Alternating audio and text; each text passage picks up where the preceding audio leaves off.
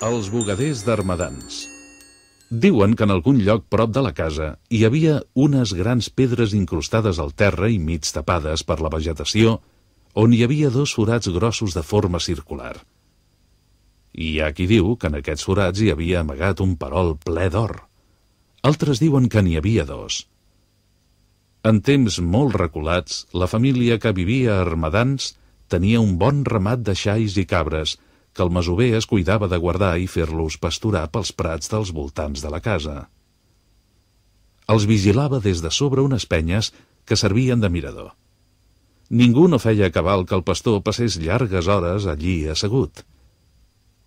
D'aquesta manera, matava dos pardals d'un tret, ja que també vigilava l'or que hi havia amagat sota les pedres on estava assegut.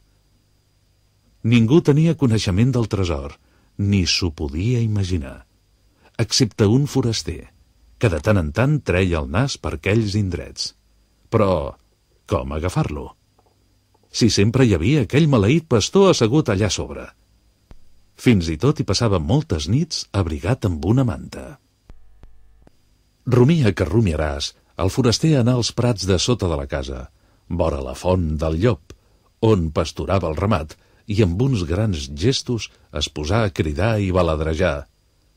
«Pastor, el llop! Pastor, el llop! Se us emporta les ovelles! Veniu, correu!» Les ovelles s'esveraven, començant en totes direccions ben espantades. El pastor baixà per foragitar el llop. El foraster, aprofitant que el pastor havia picat l'esquer, se'n pujà com un llamp cap allà on moments abans estava assegut el pastor i amb un pic i una pala a punt desenterrar el tresor i marxar tan de pressa com pogueren. El pastor arreplegà les ovelles que estaven esporuguides per tot arreu, sense veure ni rastre del llop. Quan se'n tornà a reposar, ho veié tot remenat i amb l'or escapolit, maleint l'hora en què es deixà ensarronar d'aquella manera.